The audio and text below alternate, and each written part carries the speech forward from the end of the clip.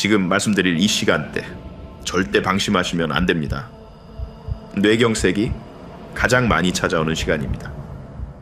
73세 김영수 어르신은 평소 건강하신 분이셨습니다. 고혈압 약 한 알 드시는 것 빼고는 큰 병 없이 지내셨죠. 그런데 어느 날 아침 잠에서 깨어 일어나려는데 갑자기 오른쪽 팔에 힘이 쭉 빠지는 겁니다. 이게 뭔가 싶어 침대에서 일어나려고 하는데 말도 제대로 나오질 않더랍니다. 다행히 옆에서 주무시던 배우자분이 바로 이상함을 눈치채고 119를 불러 병원으로 달려갔습니다. 여러분, 김 어르신처럼 아침에 잠에서 깨어나는 순간 혹은 일어난 직후에 이런 증상을 경험하신 분들이 생각보다 굉장히 많습니다.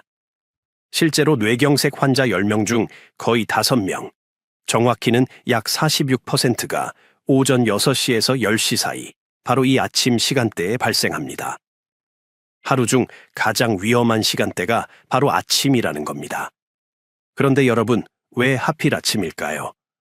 우리가 밤새 푹 자고 일어나는 아침이 왜 뇌경색이 가장 많이 찾아오는 시간이 된 걸까요? 이건 단순한 우연이 아닙니다. 우리 몸에서 밤새 일어나는 변화들이 아침이라는 시간대에 모두 한꺼번에 터지면서 뇌혈관에 치명적인 위협을 가하기 때문입니다. 저는 오늘 여러분께 이 아침 시간대가 왜 이렇게 위험한지 그 숨겨진 이유들을 하나하나 명쾌하게 밝혀드리려고 합니다. 그리고 무엇보다 중요한 것은 어떤 증상이 나타났을 때 즉시 병원으로 가야 하는지 그 신호를 정확히 알려드릴 겁니다. 마지막으로 의사인 제가 매일 아침 실천하는 뇌경색을 막는 간단하지만 강력한 습관들을 구체적으로 알려드리겠습니다. 김 어르신의 이야기는 여기서 끝이 아닙니다. 병원에 도착한 김 어르신에게 의료진이 발견한 것은 단순히 아침에 잠에서 깬 것만으로는 설명할 수 없는 몇 가지 숨겨진 위험 요소들이었습니다.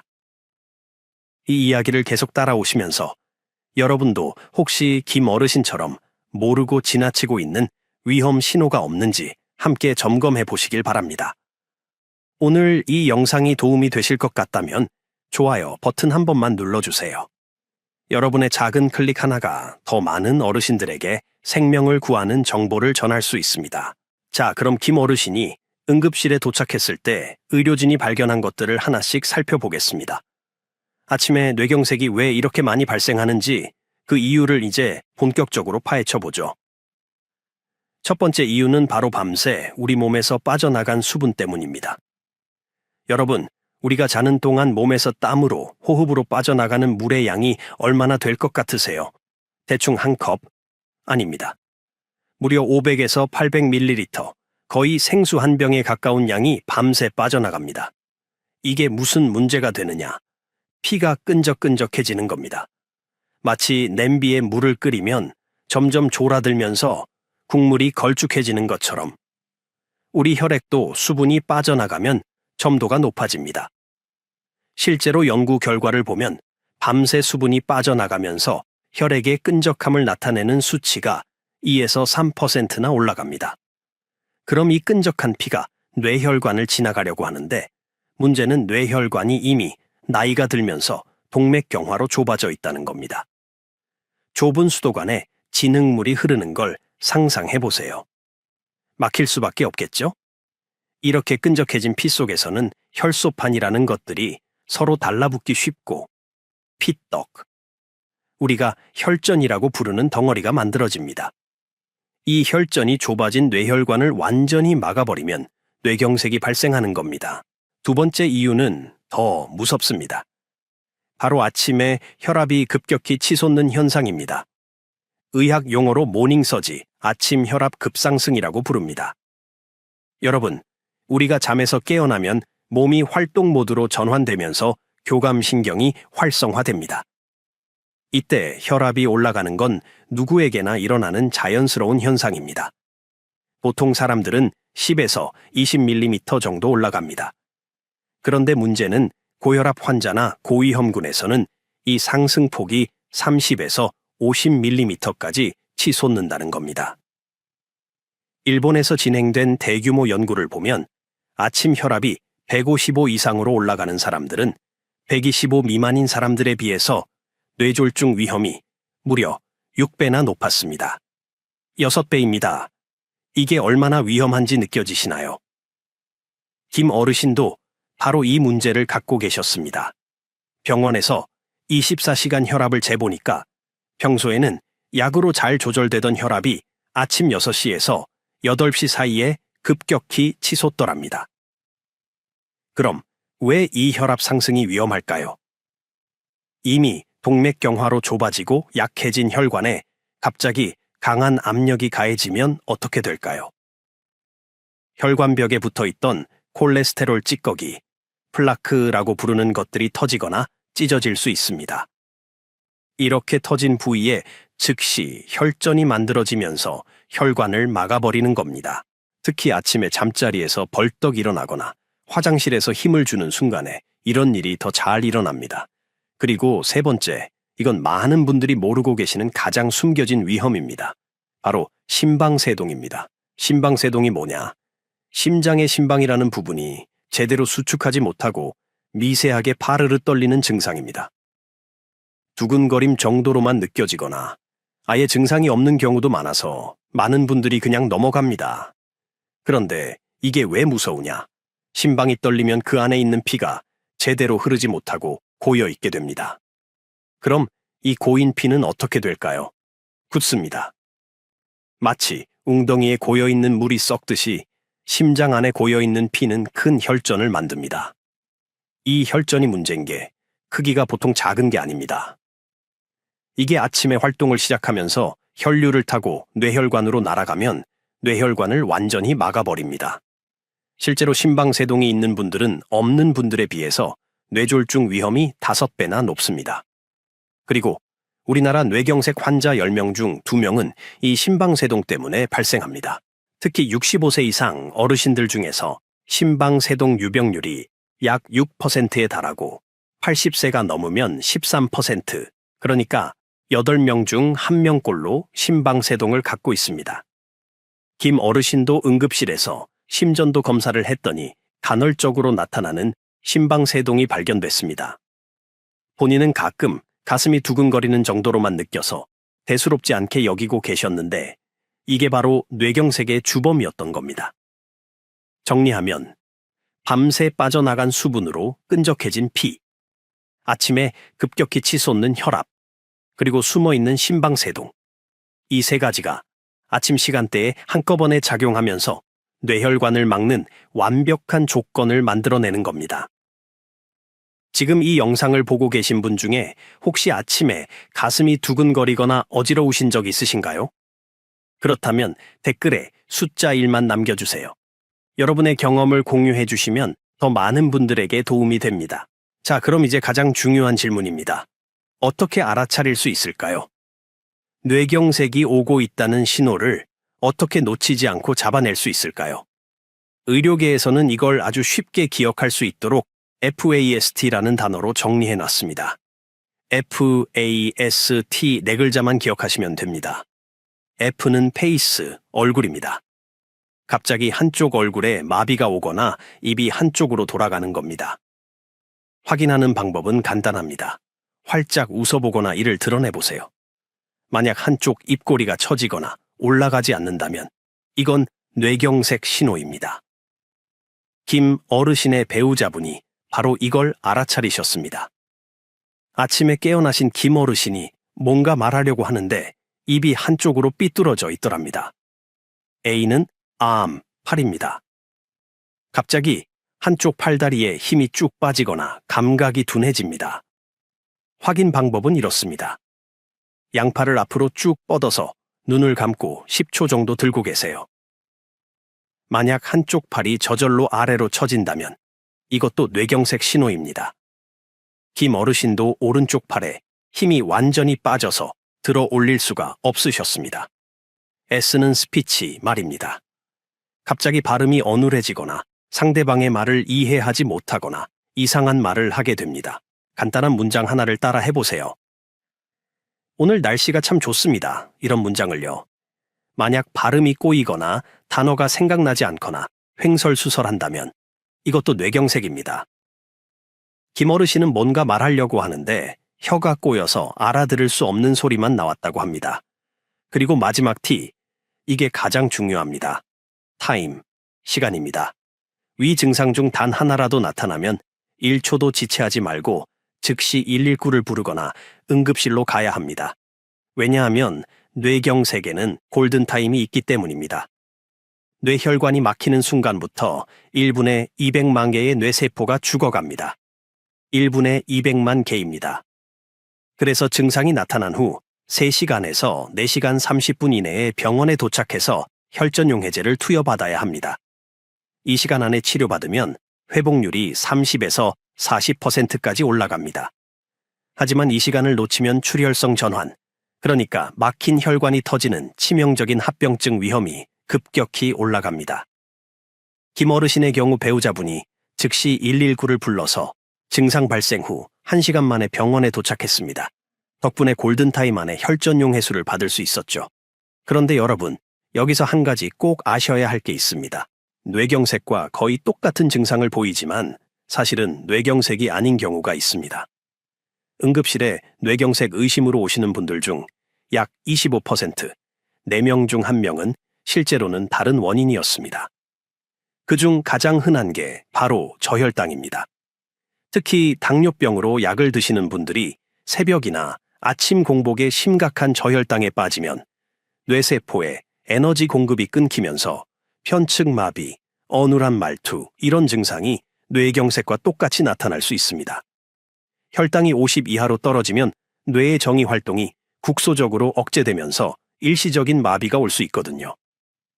그 외에도 편두통 조짐, 뇌전증 발작 후 일시적 마비, 심한 어지럼증을 일으키는 이석증 같은 것들이 뇌경색으로 오인될 수 있습니다. 그럼 어떻게 구별하느냐? 여러분이 구별할 필요 없습니다. 그거는 의사가 할 일입니다. 여러분은 의심되는 증상이 조금이라도 있으면 무조건 119를 부르고 응급실로 가시면 됩니다. 병원에 가면 MRI나 CT 같은 영상 검사, 혈당 측정, 이런 걸로 정확히 감별해냅니다. 진짜 뇌경색이면 MRI에서 확산 제한 신호라는 게 보이거든요.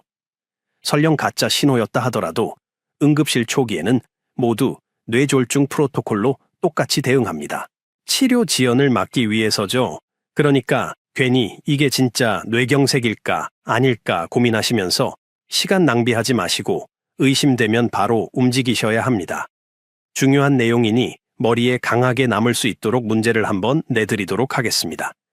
자, 지금 당장 옆에 계신 가족분이 갑자기 한쪽 입이 돌아가고 팔에 힘이 빠진다면 여러분은 어떻게 하시겠습니까? 머릿속으로 한번 생각해 보세요.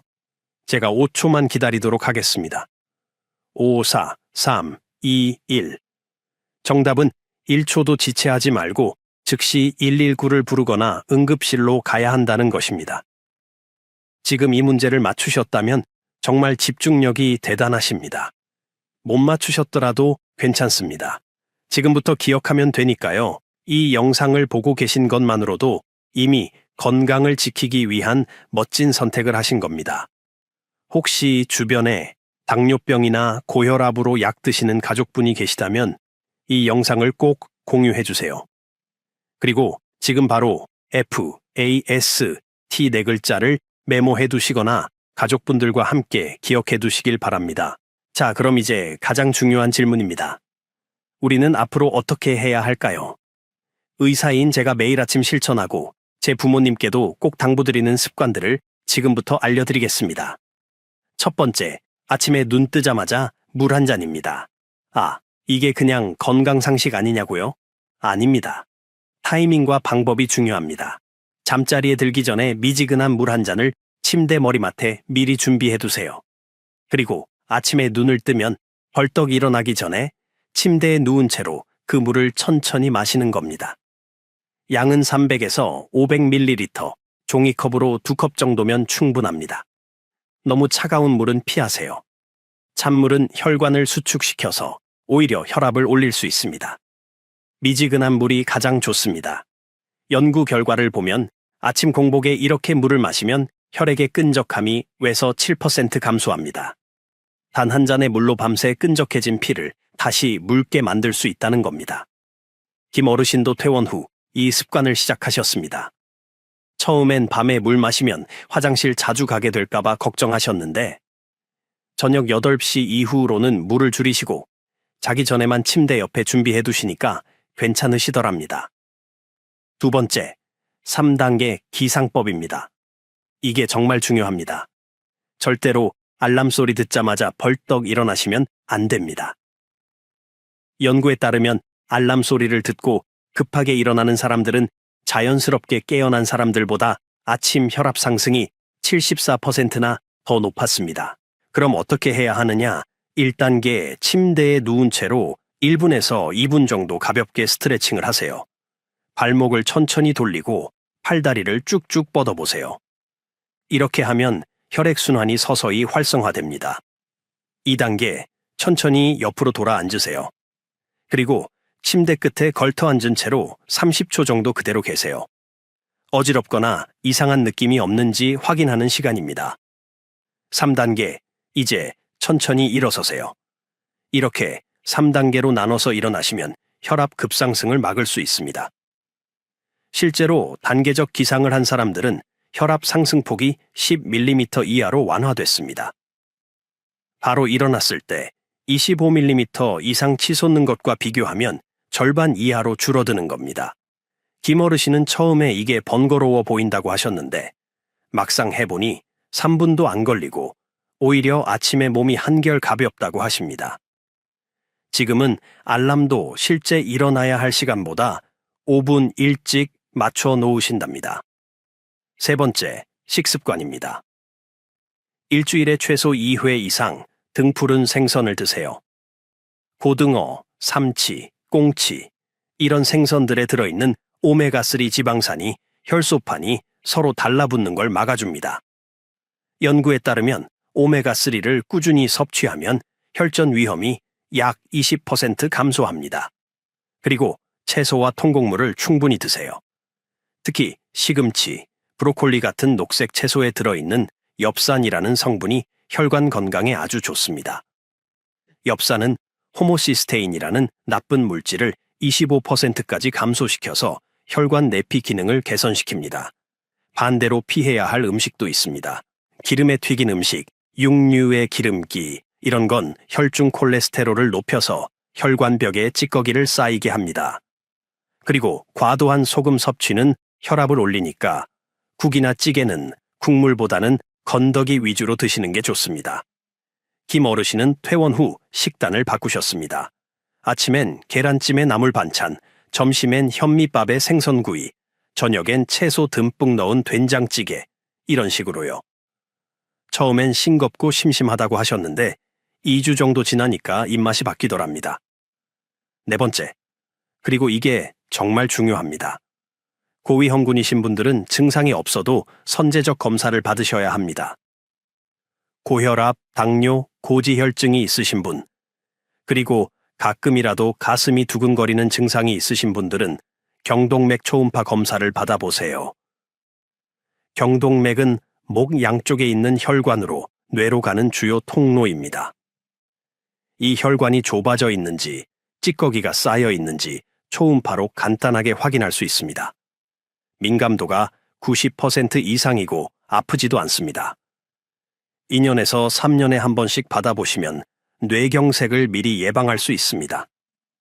그리고 65세 이상이신 분들은 건강검진 때 심전도 검사를 꼭 받으세요. 심방세동은 심전도로 간단히 확인할 수 있습니다. 요즘은 스마트워치로도 불규칙한 맥박을 감지할 수 있으니까 활용하시는 것도 좋습니다. 김 어르신은 퇴원 후 심장내과에서 정기적으로 심전도 검사를 받고 계십니다. 그리고 한근고제라는 약을 매일 복용하고 계시죠.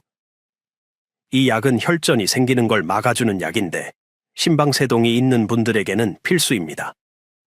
정리하면 아침에 눈 뜨자마자 물 한 잔, 3단계로 천천히 일어나기, 등푸른 생선과 채소 중심의 식단, 그리고 고위험군은 정기적인 검사, 이 4가지만 실천하시면 됩니다. 지금 당장 실천하기로 마음먹으셨다면 댓글에 실천 2글자만 남겨주세요. 여러분의 다짐이 다른 분들에게도 큰 힘이 됩니다. 그리고 이 영상을 가족들과 꼭 공유해주세요. 자, 그럼 오늘 말씀드린 내용을 정리하면서 마무리하겠습니다. 첫째, 뇌경색의 절반 가까이가 아침 시간대에 발생한다는 것. 이건 우연이 아니라 밤새 빠져나간 수분, 아침 혈압 급상승, 그리고 숨어있는 심방세동 때문입니다. 둘째, FAST 네 글자만 기억하세요. 얼굴, 팔, 말, 시간. 이 중 하나라도 이상하면 1초도 망설이지 말고 119를 부르세요. 셋째, 의사도 인정한 아침 습관 4가지. 눈 뜨자마자 물 한 잔, 3당에 천천히 일어나기, 등푸른 생선과 채소 중심 식단, 고위험군은 정기검사, 이것만 실천하시면 됩니다. 그럼 김 어르신은 지금 어떻게 지내고 계실까요? 김 어르신은 그날 골든타임 안에 병원에 도착해서 혈전용 해수를 받으셨습니다. 다행히 큰 후유증 없이 회복하셨고 지금은 퇴원하셔서 건강하게 지내고 계십니다. 매일 아침 눈 뜨자마자 침대 옆에 준비해둔 물을 마시고 천천히 3당해로 일어나는 습관이 완전히 몸에 배셨다고 합니다. 그리고 심장내과에서 정기적으로 검사를 받으면서 심방세동을 관리하고 계시죠. 한근고제를 매일 빠짐없이 드시고 식단도 완전히 바뀌셨습니다. 지난달에 제가 외래에서 뵀을 때 김 어르신이 이렇게 말씀하시더군요. 그날 아침 배우자가 즉시 119를 불러주지 않았다면 지금 이 자리에 없었을 거라고, 그리고 이제는 매일 아침이 감사하다고 말입니다. 여러분, 건강은 거창한 게 아닙니다. 매일 아침 물 한 잔 마시고 천천히 일어나고 좋은 음식 드시고 정기적으로 검사 받는 것, 이런 작은 습관들이 쌓여서 여러분의 생명을 지킵니다. 그리고 한 가지 더 꼭 당부드리고 싶은 게 있습니다. 오늘 이 영상에서 배우신 내용을 여러분 혼자만 알고 계시지 마시고 가족들에게, 특히 부모님께 꼭 알려드리세요. FAST 네 글자, 아침 습관 4가지, 이것만 전해드려도 소중한 분의 생명을 구할 수 있습니다. 혹시 지금 옆에 부모님이나 배우자분이 계시다면 이 영상을 함께 보시면서 오늘부터 당장 실천하기로 약속하세요. 내일부터가 아니라 오늘 밤부터 침대 머리맡에 물 한 잔 준비해 두시는 것부터 시작하시면 됩니다. 저도 의사지만 매일 아침 이 습관들을 실천하고 있습니다. 그리고 제 부모님께도 매번 당부드립니다. 왜냐하면 사랑하는 사람들과 함께 건강하게 오래 살고 싶으니까요. 여러분도 마찬가지실 겁니다. 마지막으로 지금 이 순간에도 어딘가에서 아침에 일어나시다가 이상한 증상을 느끼는 분이 계실 겁니다. 그분들이 오늘 영상에서 본 FAST를 기억해서 즉시 병원으로 가신다면 그분의 생명을 구할 수 있습니다. 그러니 이 영상을 더 많은 분들에게 공유해 주세요. 공유 버튼 한번 누르는 것만으로도 누군가의 생명을 살릴 수 있습니다. 오늘도 이 영상을 끝까지 시청해 주셔서 정말 감사합니다. 여러분 모두 건강하시고 사랑하는 가족들과 함께 행복한 매일을 보내시길 진심으로 바랍니다. 구독과 알림 설정 해두시면 건강에 도움되는 정보를 계속 받아보실 수 있습니다. 건강하세요, 여러분. 감사합니다.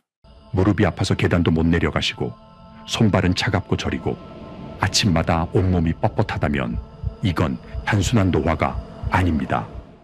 지난달 제 진료실에 오신 김영숙 어르신 이야기입니다. 올해 73세이신 이분은 5년 동안 무릎 통증 때문에 정말 고생하셨습니다. 아침에 일어나면 무릎이 뻣뻣해서 한참을 주물러야 겨우 움직일 수 있었고 계단은 내려갈 엄두도 못 내셨어요.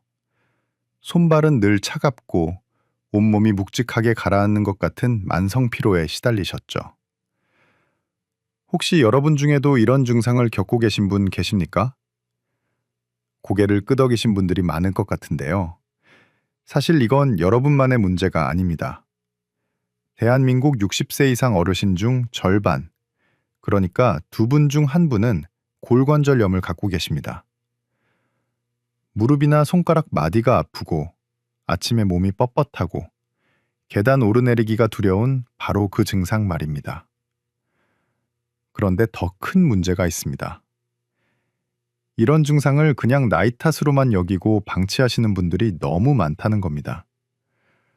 아프니까 움직이기 싫고 움직이지 않으니까 근육은 더 약해지고, 근육이 약해지니까 조금만 헛디뎌도 넘어지십니다. 그렇게 넘어지셨다가 고관절이 골절되면 어떻게 될까요? 수술을 받으신다 해도 2년 안에 3분 중 1분은 돌아가시는 게 현실입니다. 머릿속으로 잠깐 상상해 보세요. 지금 여러분의 무릎이 얼마나 아프십니까? 그 통증 때문에 손주들과 산책도 못 가시고 친구분들과 여행도 포기하신 적 있으시죠? 그런데 이 모든 문제가 여러분이 매일 부엌에서 보시는 바로 그 재료 하나로 달라질 수 있다면 믿으시겠습니까? 오늘 제가 여러분께 말씀드릴 주인공은 바로 생강입니다. 네, 그 흔한 생강 맞습니다. 생선 비린내 잡을 때 쓰고 감기 걸렸을 때 차로 끓여 마시던 바로 그 생강이요. 하지만 여러분, 이 생강이 단순히 몸을 따뜻하게 해주는 것을 넘어서 여러분 몸속에서 조용히 망가뜨리고 있는 염증을 잡아주고 관절 통증을 줄여주고 심지어 치매까지 예방해 줄 수 있다는 사실을 아십니까? 저는 오늘 여러분께 3가지를 약속드리겠습니다. 첫째, 생강이 여러분의 관절 통증을 어떻게 줄여주는지 과학적으로 명확하게 설명해 드리겠습니다. 둘째, 노년기에 가장 무서운 치매를 생강이 어떻게 예방해 주는지 말씀드리겠습니다. 셋째, 여러분이 오늘 당장 실천할 수 있는 구체적인 생강 섭취법을 알려드리겠습니다. 하지만 그 전에 먼저 알아야 할 게 있습니다. 여러분 몸속에서 지금 이 순간에도 벌어지고 있는 염증이라는 문제, 그리고 그것이 얼마나 위험한지를 정확히 아셔야 합니다. 이걸 모르시면 생강을 드셔도 왜 드시는지, 얼마나 중요한지 실감하지 못하십니다. 오늘 이 영상이 도움이 되실 것 같다면 구독 버튼과 옆에 작은 종 모양 알림 설정 버튼을 꼭 눌러주십시오. 여러분의 건강을 지키는데 꼭 필요한 정보들을 계속 전해드리겠습니다. 자, 그럼 이제 본격적으로 시작해 보겠습니다. 여러분 몸속에서 지금 무슨 일이 벌어지고 있는지 함께 들여다보시죠. 김영숙 어르신이 처음 제 진료실에 오셨을 때를 잊을 수가 없습니다. 73세이신 어르신은 아침에 눈을 뜨면 무릎이 30분 동안 뻣뻣하게 굳어 화장실 가는 것도 힘드셨습니다. 손가락 마디는 퉁퉁 부어 있고 계단은 내려갈 엄두도 못 내셨죠. 가장 큰 문제는 넘어질까봐 집 밖에 나가는 게 너무 무섭다는 거였습니다. 여러분, 이게 한 분만의 이야기가 아닙니다. 대한민국 60세 이상 어르신 중 절반이 이런 골관절염으로 고통받고 계십니다. 특히 50세가 넘으면 여성분들이 남성보다 훨씬 더 많이 걸리십니다. 골관절염이 뭔지 쉽게 말씀드릴게요. 무릎뼈 끝에 붙어 있는 말랑말랑한 연골, 이게 자동차 타이어처럼 충격을 흡수해 줍니다. 그런데 이 연골이 세월이 지나면서 닳아 없어지면 뼈와 뼈가 직접 부딪힙니다. 쇠끼리 부딪히면 불꽃이 튀듯이 뼈끼리 부딪히면 엄청난 통증이 생기는 겁니다. 더 큰 문제는 이 닳아진 연골 조각들이 관절 안에서 둥둥 떠다니면서 염증을 일으킨다는 겁니다. 염증이 생기면 관절이 붓고 뜨겁고 빨갛게 변합니다. 김영숙 어르신도 저녁만 되면 무릎이 퉁퉁 부어서 바지가 끼었다고 하셨어요. 그런데 이 염증이 무릎에만 있는 게 아닙니다. 혈액 검사를 해보면 염증 수치가 높게 나오는데 이건 온몸에 염증이 돌아다니고 있다는 증거입니다. 이 염증 물질들이 혈관을 타고 돌면서 심장 혈관을 막기도 하고 당뇨를 악화시키기도 하고 뇌까지 올라가서 신경세포를 망가뜨리기도 합니다. 그리고 낙상입니다. 무릎이 아프니까 걸음걸이가 불안정해지고 근육도 약해지고 조금만 문턱에 걸려도 와르르 넘어지십니다. 65세 이상 어르신의 고관절 골절 원인 90% 이상이 바로 이런 낙상입니다. 고관절이 골절되면 수술을 받으신다 해도 2년 안에 3분 중 1분은 돌아가십니다. 김영숙 어르신도 작년 겨울에 욕실에서 미끄러지셨는데 다행히 크게 다치지는 않으셨지만 그때부터 밖에 나가는 게 너무 무서워서 거의 집에만 계셨습니다. 마지막으로 가장 무서운 게 치매입니다. 알츠하이머 치매는 베타 아밀로이드라는 독성 단백질이 뇌에 쌓이면서 생기는 병입니다. 이 독성 물질은 치매 증상이 나타나기 무려 20년 전부터 쌓이기 시작합니다. 그런데 몸속에 만성 염증이 있으면 이 독성 물질이 더 빨리, 더 많이 쌓입니다. 생각해 보십시오. 지금 무릎 아프고 손발 차가운 그 증상이 20년 후 손주 이름을 잊어버리고 집 가는 길을 헤매게 만들 수도 있다는 겁니다. 김영숙 어르신도 요즘 깜빡깜빡 하는 일이 잦아졌다고 하셨습니다. 가스 불 끄는 걸 잊고 약 먹는 시간을 놓치고 방금 한 말을 또 하시고요. 여러분, 이제 아시겠죠? 무릎 통증, 손발 저림, 만성 피로는 그냥 참고 넘길 일이 아닙니다. 이건 여러분 몸이 보내는 구조 신호입니다. 지금 이 순간에도 여러분 몸속에서는 염증이라는 불이 타오르고 있고 그 불길이 관절을 태우고 혈관을 막고 뇌를 망가뜨리고 있습니다. 오늘 영상이 도움이 되셨다면 좋아요 버튼 한 번만 눌러주십시오. 여러분의 작은 클릭이 더 많은 어르신들께 이 중요한 정보를 전하는데 큰 힘이 됩니다. 그럼 이제 어떻게 해야 할까요? 이 염증을 어떻게 잡을 수 있을까요? 다음 이야기에서 바로 그 해답을 말씀드리겠습니다. 김영숙 어르신이 그렇게 고생하시다가 저를 찾아오셨습니다. 검사 결과를 보니 염증 수치도 높고 무릎 연골도 많이 닳아 있었습니다. 그때 제가 어르신께 생강을 꾸준히 드셔보시라고 권했습니다. 어르신은 처음에 반신반의하셨죠. 생강이요? 그 흔한 생강으로요? 네, 바로 그 생강입니다. 그런데 생강이 왜 효과가 있는지 알아야 확신을 갖고 드실 수 있으니까 쉽게 설명해 드리겠습니다. 생강을 씹으면 알싸하고 매운맛이 나죠? 그게 바로 진저롤이라는 성분 때문입니다. 그런데 여기 비밀이 있습니다. 생강을 그냥 먹는 것보다 말리거나 끓여서 먹으면 훨씬 더 효과가 좋습니다. 왜 그럴까요? 생강을 말리거나 끓이면 진저롤이 쇼가올이라는 새로운 물질로 변합니다. 이걸 비유하자면 이렇습니다. 생쌀은 그냥 먹으면 소화도 안 되고 맛도 없지만 불에 익히면 구수한 밥이 되잖아요. 생강도 똑같습니다. 말리거나 끓이면 원래보다 몇 배 더 강력한 항염 성분으로 변하는 겁니다. 이 쇼가올이라는 성분이 우리 몸속에서 뭘 하냐고요? 간단히 말씀드리면 염증 공장의 문을 잠가버립니다. 우리 몸에 염증이 생기면 염증 물질을 만들어내는 공장이 가동됩니다. 그 공장이 쉬지 않고 염증 물질을 쏟아내니까 관절이 아프고 붓는 거예요. 그런데 쇼가울이 들어가면 그 공장 문을 딱 잠가버립니다. 공장이 멈추니까 염증 물질이 더 이상 안 만들어지는 거죠. 미국 조지아 대학교에서 재미있는 실험을 했습니다. 사람들에게 하루 2g의 생강을, 그러니까 엄지손가락 한 마디 크기 정도를 11일 동안만 먹게 했습니다. 그리고 운동을 시켜서 근육통을 만든 다음 통증을 측정했더니 생강을 안 먹은 사람들보다 통증이 25% 줄어들었습니다. 단 11일 만에 25%입니다. 3개월 먹으면 얼마나 좋아지겠습니까?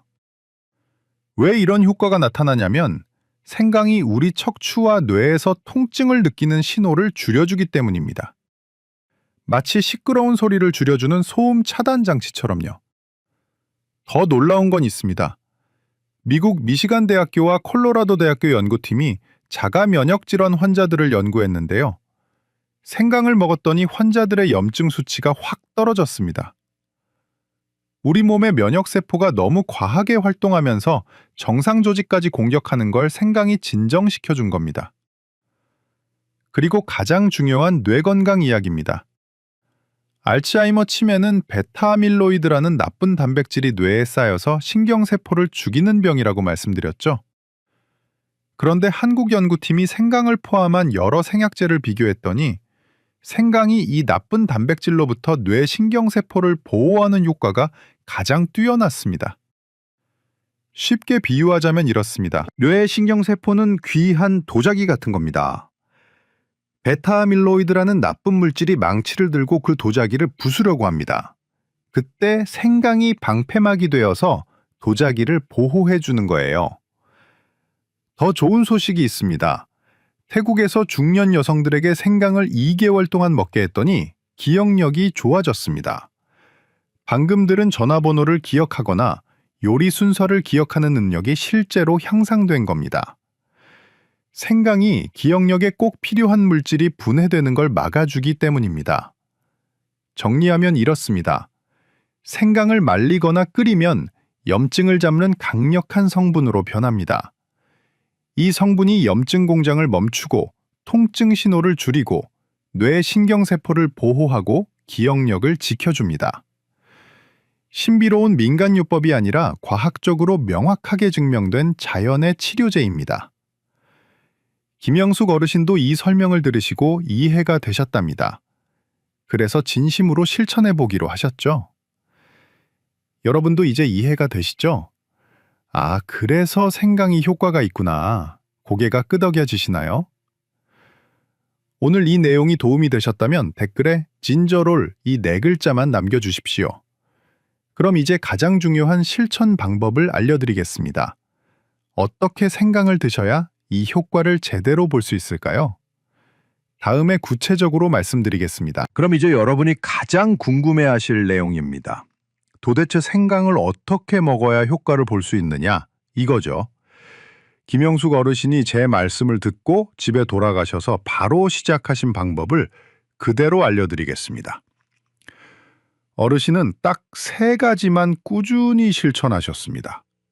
첫 번째, 아침 공복에 생강차 한 잔입니다. 어르신은 매일 아침 일어나서 세수하시고 나서 가장 먼저 생강차를 드셨습니다. 만드는 법은 간단합니다. 말린 생강 2g에서 3g 정도, 그러니까 엄지손가락 한 마디 크기 정도를 얇게 썰어서 뜨거운 물 200ml에 넣고 10분 정도 우려내시면 됩니다. 생강 2마리 있으면 더 간단합니다. 티스푼으로 반 스푼 정도 뜨거운 물에 타서 드시면 됩니다. 여기서 포인트가 있습니다. 반드시 말린 생강이나 끓인 생강을 쓰셔야 합니다. 왜냐고요? 아까 말씀드렸죠. 생강을 말리거나 가열해야 진저롤이 더 강력한 쇼가올로 변한다고요. 생생강을 그냥 갈아서 먹으면 진저롤만 섭취하게 되는데 말리거나 끓인 생강을 드시면 쇼가올까지 섭취하실 수 있습니다. 김영숙 어르신은 여기에 작은 비법을 하나 더하셨습니다. 생강차에 홍차 티백을 같이 우려내신 겁니다. 홍차의 따뜻한 성질이 생강과 만나면 몸을 더욱 따뜻하게 해주고 맛도 훨씬 부드러워집니다. 거기에 흑설탕을 조금 넣으시면 마시기가 한결 편하십니다. 단, 설탕은 너무 많이 넣지 마세요. 당뇨가 있으신 분들은 특히 조심하셔야 합니다. 두 번째, 생강 꿀 절임을 간식으로 드셨습니다. 이건 만들어 놓으면 냉장고에서 1달 정도 보관할 수 있으니까 정말 편리합니다. 만드는 법 알려드릴게요. 생강 100g을 깨끗이 씻어서 얇게 슬라이스 하십시오. 껍질은 벗기지 마세요. 생강 껍질 바로 밑에 정유 성분이 제일 많거든요. 깨끗이 씻기만 하시면 됩니다. 슬라이스한 생강을 유리병에 담고 꿀을 생강이 잠길 만큼 부으십시오. 그리고 냉장고에 3일 정도 재워두시면 생강의 매운맛이 꿀에 녹아들어서 먹기 편해집니다. 이걸 하루에 한두 조각씩 드시면 됩니다. 목이 칼칼하거나 기침이 날 때 특히 좋습니다. 김영숙 어르신은 오후 3시쯤 출출할 때 이걸 한 조각 드셨다고 하십니다. 세 번째, 무릎에 생강찜질을 주 2회 하셨습니다. 이건 통증이 심한 부위에 직접 적용하는 방법입니다. 생강을 강판에 갈아서 거지에 싸십시오. 그걸 따뜻한 물에 담갔다가 꼭 짜서 아픈 무릎 위에 올려놓고 15분에서 20분 정도 찜질하시면 됩니다. 생강의 따뜻한 기운이 피부를 통해 관절까지 전달되면서 혈액순환을 도와줍니다. 어르신은 저녁에 TV 보시면서 이 찜질을 하셨는데 찜질하고 나면 무릎이 한결 가벼워진다고 하셨어요. 단, 피부가 민감하신 분들은 생강을 직접 피부에 대지 마시고 얇은 천으로 한 번 더 싸서 사용하십시오. 생강이 피부를 자극할 수 있거든요. 이 세 가지입니다.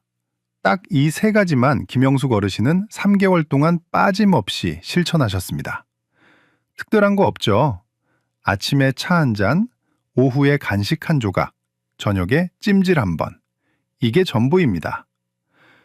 그런데 여기서 꼭 알아두셔야 할 주의사항이 있습니다. 들어보십시오. 첫째, 생강은 하루 4g을 넘지 않도록 하십시오. 많이 먹는다고 더 좋은 게 아닙니다. 과도하게 드시면 오히려 속이 쓰리거나 설사를 할 수 있습니다. 위염이나 위궤양이 있으신 분들은 특히 조심하셔야 합니다. 공복에 드셨을 때 속이 불편하시면 식후에 드십시오. 둘째, 39도 이상 고열이 나실 때는 생강을 드시지 마십시오. 생강은 몸을 따뜻하게 하는 성질이 있기 때문에 고열이 있을 때 드시면 열이 더 오를 수 있습니다. 이건 불에 기름을 붓는 격입니다. 셋째, 혈액 희석제나 항응고제를 드시는 분들은 생강을 드시기 전에 반드시 담당 의사 선생님과 상의하십시오. 생강이 혈액을 묽게 만드는 효과가 있어서 약과 상호작용할 수 있습니다. 고혈압 약을 드시는 분들도 마찬가지입니다. 넷째, 가장 중요한 건 이겁니다. 생강은 치료제가 아니라 보조제입니다. 지금 복용하시는 고혈압약, 당뇨약, 관절염약을 생강으로 대체하시면 절대 안 됩니다. 약은 약대로 드시고 생강은 그 효과를 도와주는 보조수단으로 활용하시는 겁니다. 다섯째, 꾸준함이 핵심입니다. 하루 이틀 먹고 효과를 기대하시면 안 됩니다. 최소 3개월은 꾸준히 드셔야 몸이 변화합니다. 김영숙 어르신도 한 달쯤 지나서야 조금씩 무릎이 가벼워지는 걸 느끼셨고 3개월 되니까 확실한 변화를 체감하셨습니다. 혹시 생강 맛이 도저히 안 맞으신다면 어떻게 하느냐고요? 그럼 생강 캡슐 형태의 보충제를 드시는 것도 방법입니다. 약국이나 건강식품 매장에서 구하실 수 있습니다. 하루 권장량이 표시되어 있으니 그걸 따라서 드시면 됩니다. 아니면 요리할 때 생강을 적극적으로 활용하십시오.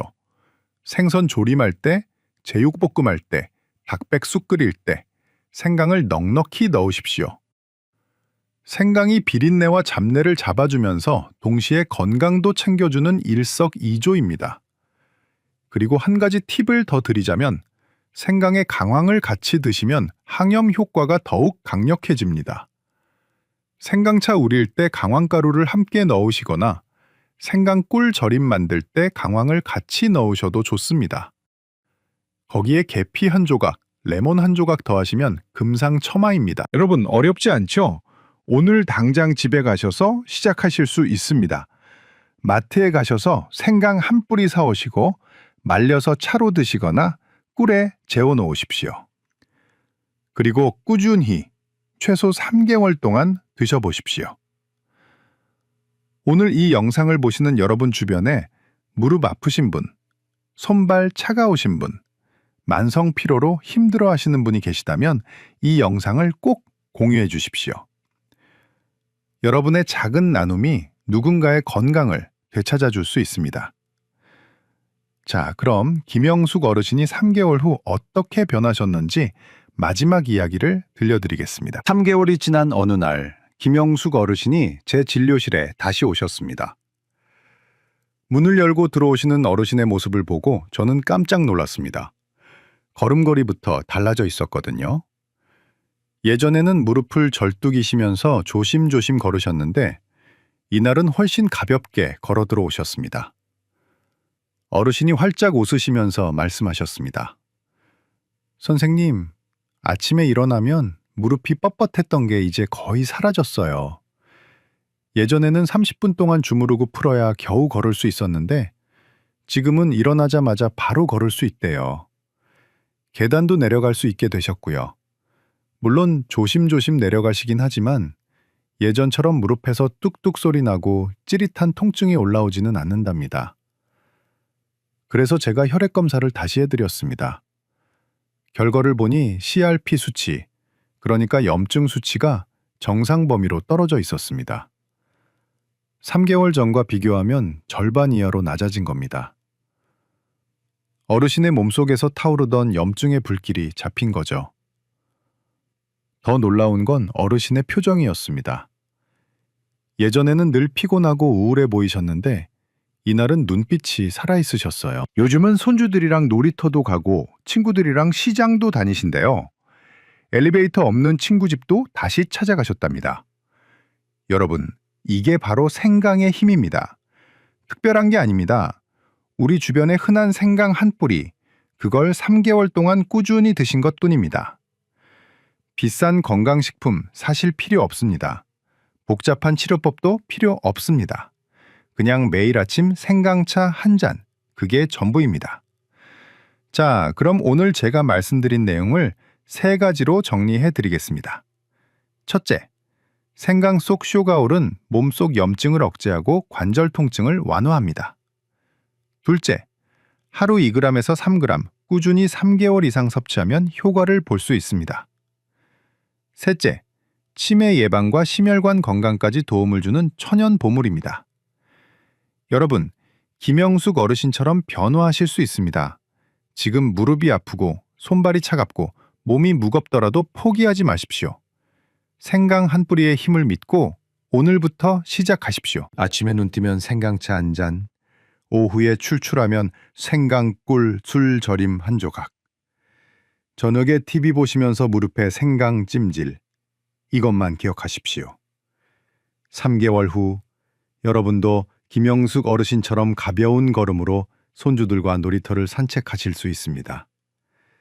친구들과 여행도 다시 가실 수 있습니다. 아침에 일어나면 상쾌한 기분으로 하루를 시작하실 수 있습니다. 건강한 노년은 여러분 손에 달려 있습니다. 작은 실천이 큰 변화를 만듭니다. 생강이라는 자연의 선물을 받아들이시고 꾸준히 드십시오. 여러분의 몸이 분명히 답해줄 겁니다. 저는 대학병원에서 20년 넘게 수많은 환자분들을 진료해 왔습니다. 그 중에 김영숙 어르신처럼 생강으로 건강을 되찾으신 분들을 정말 많이 봤습니다. 여러분도 할 수 있습니다. 지금 이 순간부터 시작하십시오. 오늘 바로 실천하시겠다고 결심하신 분들은 댓글에 숫자 2를 남겨주십시오. 여러분의 결심이 다른 분들께도 용기를 줄 겁니다. 그리고 3개월 후에 어떻게 변화하셨는지 다시 댓글로 알려주시면 그보다 더 큰 기쁨은 없을 것 같습니다. 건강한 노년을 진심으로 응원합니다. 감사합니다. 분명히 건강검진은 정상이라고 나왔었는데 석 달 후 콩팥 절반이 죽어 있었습니다. 이 무서운 한 문장, 안타깝게도 제 진료실에 찾아오셨던 67세 김성민 어르신께서 실제로 겪으셨던 일입니다. 이분은 평생 큰 병 한 번 없이 건강하게 사셨어요. 매일 아침 6시면 어김없이 일어나시고 세수하시고 바로 따끈한 커피 한 잔 드시면서 하루를 시작하셨습니다. 그리고 아침 식사로는 된장찌개에 밥 한 공기, 김치 몇 조각이 전부였죠. 가끔 무릎이 아프면 약국에서 산 소염 진통제 하나를 드시고 바로 산책 나가시는 게 일상이었습니다. 이런 아침이 잘못됐다고 생각하시는 분 계신가요? 아마 대부분 고개를 저으실 겁니다. 김 어르신도 그렇게 생각하셨으니까요. 그런데 작년 가을 정기검진을 받으러 병원에 갔다가 청천벽력 같은 소리를 들으셨습니다. 선생님, 콩팥 기능이 정상의 절반밖에 안 남았습니다. 50%요? 여러분, 이 이야기가 남의 일 같으신가요? 절대 그렇지 않습니다. 지금 이 순간 우리나라 성인 7명에서 8명 중 1명은 만성 콩팥병을 앓고 계십니다. 더 무서운 건 그중 90%가 본인이 아프다는 사실조차 모르고 지낸다는 겁니다. 왜 그럴까요? 콩팥은 침묵의 장기이기 때문입니다. 기능이 절반 이하로 떨어지기 전까지는 몸이 별다른 신호를 보내지 않아요. 김 어르신도 마찬가지였습니다. 피곤한 것도 나이 탓이려니 가끔 얼굴이 붓는 것도 전날 물을 많이 마셔서 그런가 보다 생각하셨대요. 그런데 알고 보니 그게 전부 콩팥이 보내는 경고 신호였던 겁니다. 여러분, 여기서 잠깐 생각해 보세요. 김 어르신의 아침 습관 중에 뭐가 문제였을까요? 커피? 된장찌개? 진통제? 아니면 전부? 머릿속으로 한번 추측해 보시길 바랍니다. 못 맞추셔도 괜찮습니다. 지금 이 영상을 보고 계신 것만으로도 이미 건강을 지키기 위한 멋진 선택을 하신 겁니다. 오늘 제가 여러분께 말씀드릴 내용은 이겁니다. 콩팥을 망가뜨리는 아침 습관 4가지, 그리고 그걸 어떻게 바꿔야 하는지에 대한 구체적인 방법입니다. 이건 단순한 불편함이 아닙니다. 콩팥이 완전히 망가지면 일주일에 3번씩 병원에 가서 4시간씩 투석을 받아야 합니다. 평생 말이죠. 하지만 다행히도 지금부터라도 바꾸면 늦지 않습니다. 김 어르신도 그렇게 하셨고 지금은 콩팥 기능을 잘 유지하고 계세요. 어떻게 하셨는지 지금부터 하나하나 자세히 말씀드리겠습니다. 오늘 영상이 도움이 되실 것 같다면 지금 바로 구독 버튼 한번 눌러주세요. 여러분의 콩팥 건강을 지키는데 제가 함께 하겠습니다. 자, 그럼 김 어르신이 수십 년간 반복했던 아침 습관들이 구체적으로 어떻게 콩팥을 망가뜨렸는지 하나씩 파헤쳐 보겠습니다. 여러분도 혹시 이런 습관 가지고 계신지 체크해 보세요. 첫 번째 습관, 공복에 진통제부터 먹고 시작하는 겁니다. 김 어르신은 무릎이 쑤시면 아침 일어나자마자 약국에서 산 소염 진통제를 드셨어요. 이부프로펜이라는 성분이 들어간 흔한 진통제였습니다. 빈속에 먹으면 속이 좀 쓰리긴 했지만 빨리 효과를 보려면 어쩔 수 없다고 생각하셨대요. 여러분, 이게 얼마나 위험한지 아십니까? 이런 비스테로이드성 소염 진통제는 우리 몸에서 프로스타글란딘이라는 물질의 생성을 막아버립니다. 그런데 이 프로스타글란딘은 콩팥으로 가는 혈관을 보호하는 아주 중요한 역할을 해요. 이게 차단되면 콩팥으로 가는 혈류량이 감소하고 특히 탈수 상태나 신기능이 떨어진 분들한테는 급성 신손상을 일으킬 수 있습니다. 연구에 따르면 이런 진통제를 장기간 복용한 사람 중 35%에서 비정상적인 신장 수치 이상이 나타났습니다. 두 번째 습관, 물 한 모금도 안 마시고 바로 활동을 시작하는 겁니다. 김 어르신은 아침에 일어나면 바로 세수하시고 신문 보시고 그 다음에야 커피나 물을 드셨어요. 밤새 8시간 동안 아무것도 안 드신 상태에서 말이죠. 여러분, 우리 몸은 잠자는 동안에도 호흡하고 땀 흘리면서 수분을 계속 잃습니다. 아침에 일어났을 때는 이미 혈액이 농축돼 있고 콩팥 혈류량도 줄어든 상태예요. 이런 탈수 상태에서 콩팥은 수분을 아끼려고 소변을 최대한 고농축시킵니다. 그 과정에서 칼슘이나 요산 같은 성분들이 뭉쳐서 결석이 생길 위험이 크게 높아지는 거죠. 콩팥 결석 환자의 상당수가 아침 수분 섭취가 부족했다는 연구 결과도 있습니다. 세 번째 습관, 짠 국물로 아침을 시작하는 겁니다. 김 어르신의 아침 식탁에는 항상 된장찌개나 김치찌개가 올라왔어요. 국물까지 싹싹 드셨죠. 우리 어르신들 국물 없으면 밥이 안 넘어간다고 하시잖아요. 그런데 여러분, 우리가 먹는 찌개 한 그릇에 들어있는 나트륨 양이 얼마나 되는지 아십니까? 보통 된장찌개 한 그릇에는 나트륨이 1500mg에서 2000mg 정도 들어있습니다. 하루 권장량이 2000mg인데 아침 한 끼에 거의 다 먹어치우는 겁니다. 자, 여기서 짠 음식이 왜 콩팥을 망가뜨리는지 아주 쉽게 설명해 드리겠습니다. 나트륨은 물을 끌어당기는 성질이 있어요. 짠 음식을 많이 먹으면 우리 몸은 그 짠맛을 희석시키려고 물을 더 많이 혈관 속에 가둬둡니다. 여러분, 고무 호스를 생각해 보세요. 호스에 물이 반쯤 차 있을 때랑 꽉 차 있을 때랑 어느 쪽이 압력이 더 셀까요? 당연히 물이 가득 찰 때죠. 우리 혈관도 똑같습니다. 나트륨 때문에 혈관에 물이 가득 차면 혈관벽에 가해지는 압력이 높아져요. 이게 바로 고혈압입니다. 그럼 이 고혈압이 콩팥과 무슨 상관이냐고요? 콩팥에는 200만 개의 미세한 필터가 있다고 말씀드렸죠. 이 필터는 아주 얇은 망사처럼 섬세합니다. 여기에 높은 혈압이 계속 가해지면 망사에 구멍이 나고 찢어지는 거예요. 한두 번은 괜찮아도 매일 아침마다 강한 압력을 받으면 결국 필터가 망가지는 겁니다. 네 번째 습관, 가공식품으로 간편하게 때우는 겁니다. 김 어르신은 바쁜 아침에는 햄이나 소시지를 구워서 드셨어요. 간편하고 맛도 좋잖아요. 요즘 어르신들도 많이 드시는 메뉴입니다. 하지만 여기에 숨은 독이 있습니다. 바로 인공인산염입니다. 햄, 소시지, 핫도그 같은 가공식품에는 보존과 맛을 위해서 인공인산염을 첨가하는데 이게 문제예요. 자연식품에 들어있는 유기인은 우리 몸의 40%에서 60% 정도만 흡수되는데 이런 인공인산염은 무려 90%에서 100%까지 흡수됩니다. 콩팥은 이 과도한 인을 배출하느라 엄청난 부담을 지게 되는 거죠. 특히 콩팥 기능이 떨어진 분들은 인을 제대로 배출 못해서 혈중인 수치가 올라가고 이게 또 콩팥을 더 망가뜨리는 악순환이 반복됩니다. 김 어르신은 이 4가지 습관을 30년 넘게 반복하셨습니다. 매일 아침마다 조금씩 콩팥에 상처를 내셨던 거예요. 본인도 모르는 사이에 말이죠. 그러다가 결국 콩팥 기능이 절반으로 떨어진 상태에서야 발견하신 겁니다. 여러분, 지금 이 순간에도 똑같은 습관을 반복하고 계시진 않으신가요?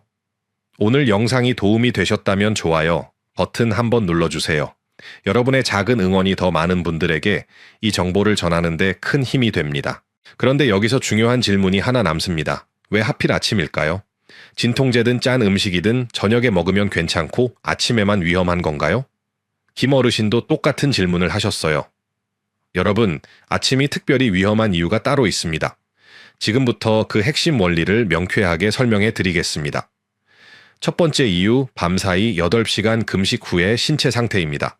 우리가 저녁 8시에 식사를 마치고 다음날 아침 6시에 일어난다고 가정해 보세요. 무려 10시간 동안 아무것도 먹지도 마시지도 않은 상태입니다. 이 시간 동안 우리 몸은 호흡하고 땀 흘리면서 계속 수분을 잃어요. 그 결과 아침에 일어났을 때는 혈액이 걸쭉하게 농축돼 있습니다. 마치 물을 적게 넣고 된장찌개를 끓인 것처럼요. 혈액이 농축되면 콩팥으로 가는 혈류량도 자연스럽게 줄어듭니다.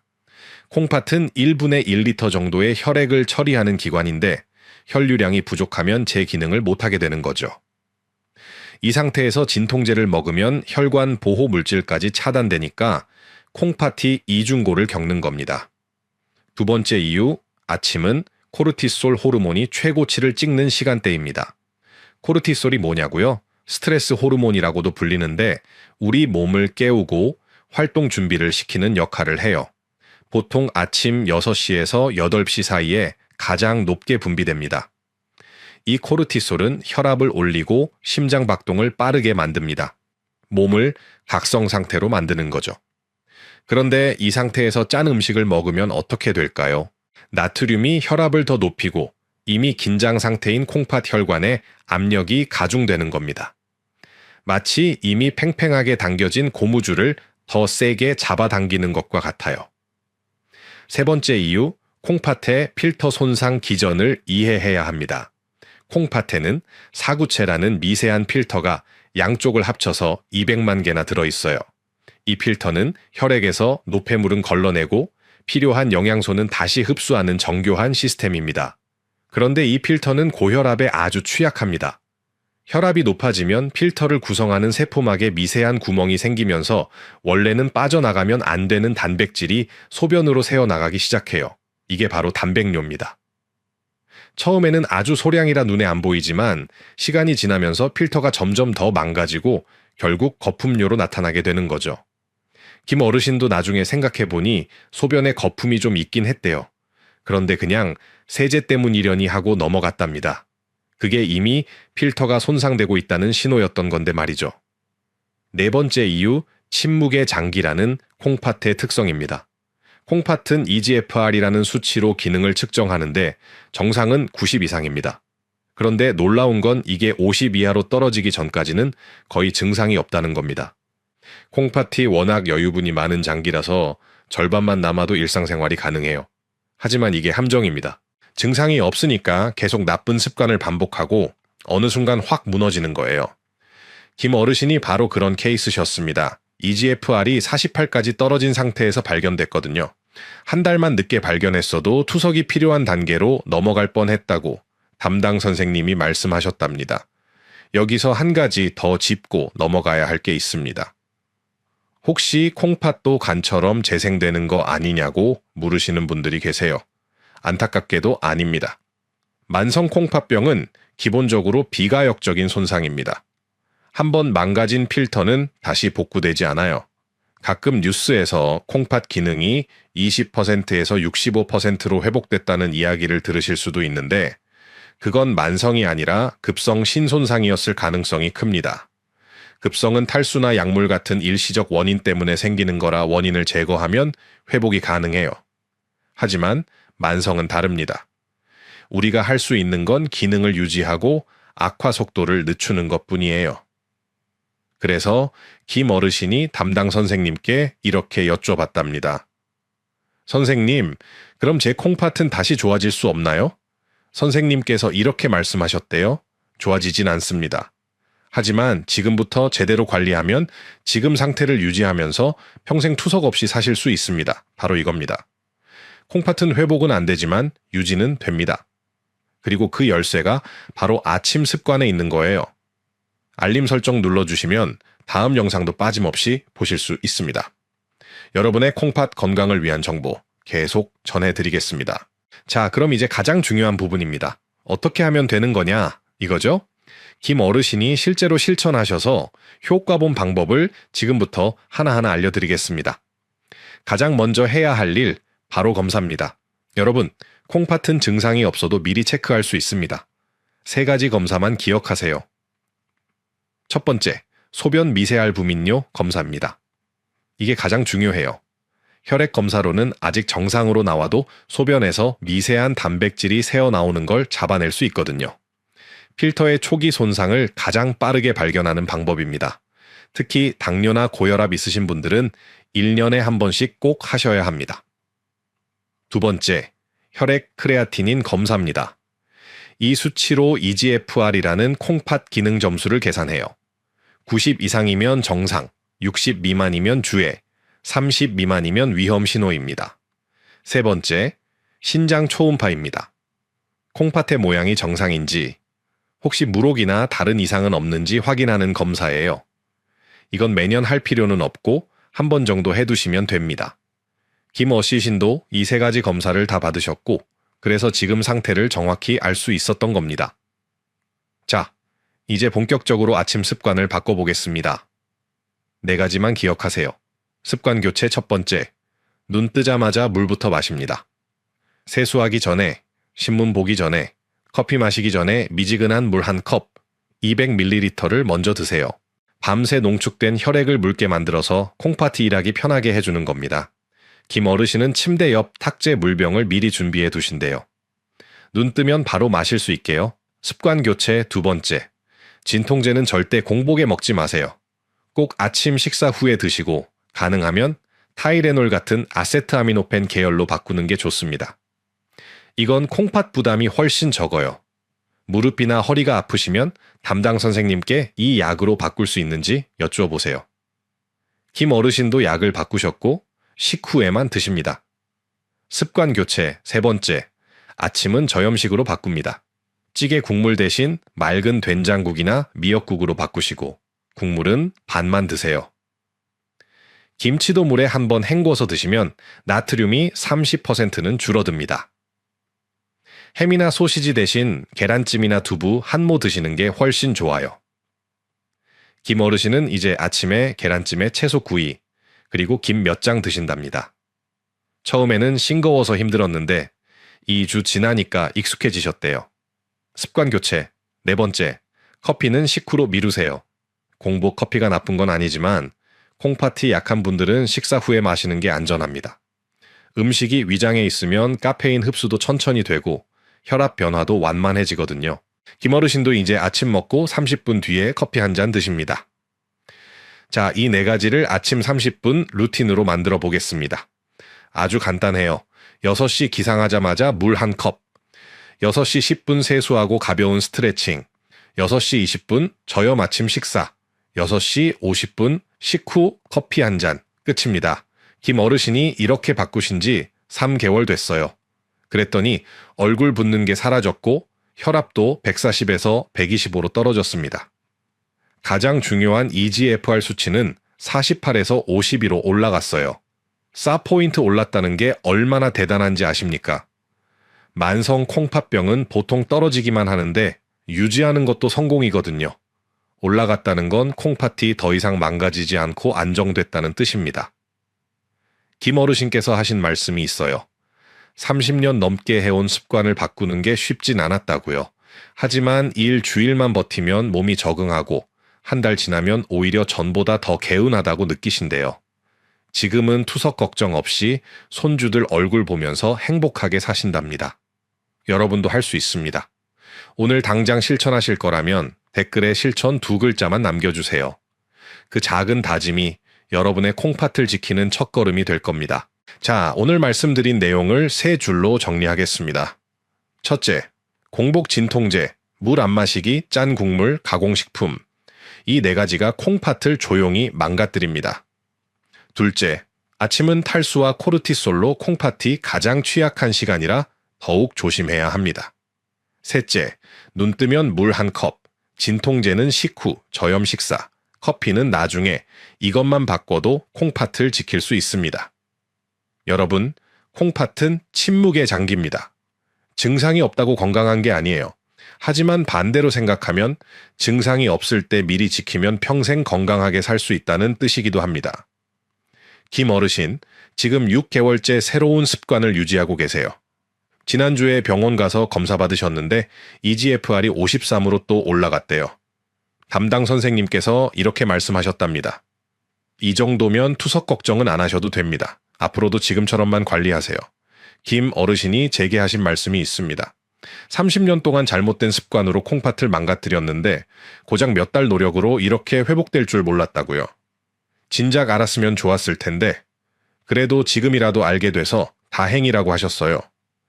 여러분도 마찬가지입니다. 지금 시작하면 늦지 않습니다. 콩팥은 한번 망가지면 회복이 안 되지만 망가지기 전에 지키면 평생 여러분 곁을 지켜줍니다. 하루에 180리터씩 혈액을 정화하면서 말이죠. 김 어르신은 요즘 손주들한테 이렇게 말씀하신대요. 할아버지가 건강해야 너희 결혼식도 보고 증손주 얼굴도 보지. 그러려면 콩팥 잘 지켜야 한다고요. 손주들이 아침마다 물 챙겨 드리는 게 하루 중 가장 행복한 시간이랍니다. 오늘 영상이 여러분께 작은 변화의 시작이 되길 바랍니다. 혹시 주변의 아침 습관 때문에 콩팥 걱정되시는 분 계시면 이 영상 공유해 주세요. 한 분이라도 더 투석 없이 건강하게 사실 수 있도록 말이죠. 마지막으로 당부 한 가지만 더 드리겠습니다. 지금 당장은 괜찮아 보여도 40세 넘으시면 1년에 한 번은 콩팥 검사 꼭 받으세요. 소변 검사 5분, 혈액 검사 5분이면 끝입니다. 20분이 여러분의 남은 인생을 바꿀 수 있습니다. 건강은 거창한 게 아닙니다. 아침에 눈 뜨자마자 물 한 컵 마시는 것, 짠 음식 조금 덜 먹는 것, 이런 작은 습관들이 모여서 건강한 노년을 만듭니다. 여러분 모두 콩팥 건강하게 지키시고 사랑하는 가족들과 오래오래 행복하시길 진심으로 바랍니다. 다음 영상에서 또 만나 뵙겠습니다. 감사합니다.